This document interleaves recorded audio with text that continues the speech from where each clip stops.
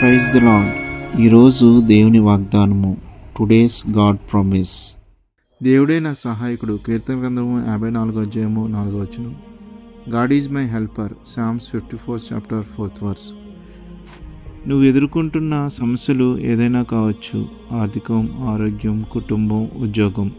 నీకున్న అన్ని కష్టాల ముందు నీ శక్తి సరిపోకపోవచ్చు. మనుషుల సహాయము దొరకకపోవచ్చు.